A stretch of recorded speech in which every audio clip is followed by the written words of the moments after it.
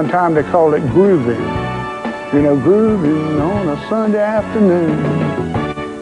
This is the capital of the shag dance, and this is where it originated. It has always been the dance that you did.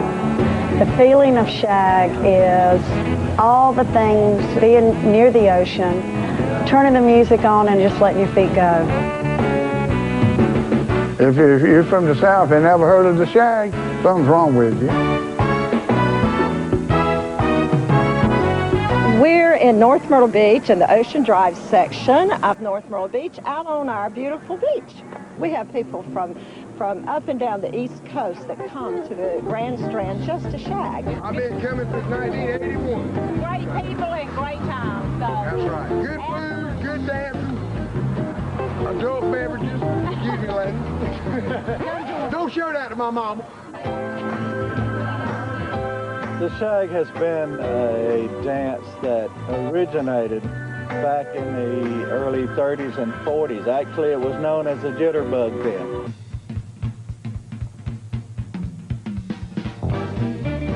And then from there it became the Charleston, and from the Charleston it was refined into the shag.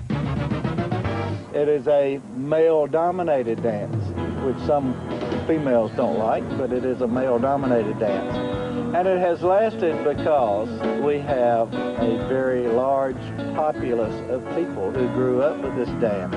The dance, I mean, the dance is very unique, and yet each state, I think, has it a little bit different, or even people between Columbia and Charlotte or Columbia to Myrtle Beach, you might see it differently. And some are really great. Everybody thinks they're great at a certain point in the night. I've had a shag club since way back in the 50s. So I've been here 45 years in this area. Back in the early days of shagging, it was done mostly by the black artists. In fact, all the shag music you hear today is done by black artists. Beach music is, to me, the shag. It's a very good bass music, and most of the shag music, if you hear it, has the same beat. That's the reason you can do it. The 1, 2, 3, 4, 5, 6, 7, 8. You know, it's very easy dance to do. And if you got a second, we'll give you an example of what the shag looks like. We've been doing this for about 25 years. We went from competing in shag to traveling around the country and teaching shag. Ready? And rock. Step 1 and 2, 3 and 4, 5, 6. Now, ladies, just one word of caution. Don't pick your way up and go forward and get on your toes, because then you're going to be top heavy and you're going to fall over. Charlie and Jackie, I think, about the world's greatest shaggers. There are other good dancers, but they devote their whole life to it. We've been coming down here for years. We teach every day because we're trying to keep the tradition of shag alive. Some dances are just dancing per se, and this has the lifestyle involved with it. So it is all levels. You can be very good at it and very athletic at it, or you can be very smooth and very laid back. And the older I get, the smoother I get. Oh, funky Applejack. He's the only man I know that can make a mistake and make a step out of it. Now he's going to show off. There you go. That was good. He can fall to the floor and come right back up. And it looks like a step. And Jackie, of course, she's a 10 to start off with. One of the universal steps of the shag is the belly roll. That's always it. If you got a good-looking woman, you can shag.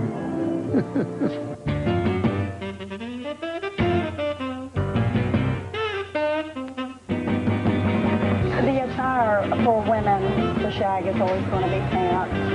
It's very casual, it's not dressy, it's not flashy. If it's flashy, it's trashy.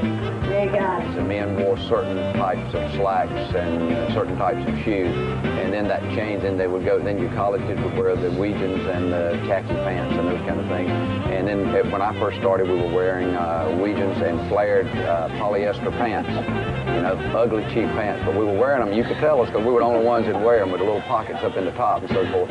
We wore loafers without socks, as you see we have. You'll see everybody in there and walking shorts. Back then we wore calypso pants. We wore pistol leg breeches was what we call it, with the flap down, you know, very crease. Everybody was real neat and real suave, you know. When did it first appear? I would say it appeared in at the old pad. I remember there's in 1955 is when it really got hard. Then it went to Myrtle Beach, the Spivey's, and to Carolina Beach in North Carolina, and to North Myrtle Beach here. Did it start in Atlantic Beach? Did it start inland in Greensboro or High Point or whatever? And I don't think it really matters as long as it started. It's the music, the water, the pavilions, the history. That's what makes it so important. What does it mean to me? It's just something that I could not be without, I don't believe. I just started in it when I was 18 years old, and I can't get it out of my system. Shag still has a special place in the hearts of people in the Carolinas. And a lot of them grew up with it from the very first, and it's a part, they are part of the lifestyle. It's a freedom and a happy feeling, I think. Yeah. The music, the friends, the parties, it's just a good, easy feeling. In a world that's full of stress, it's a place you can lay back.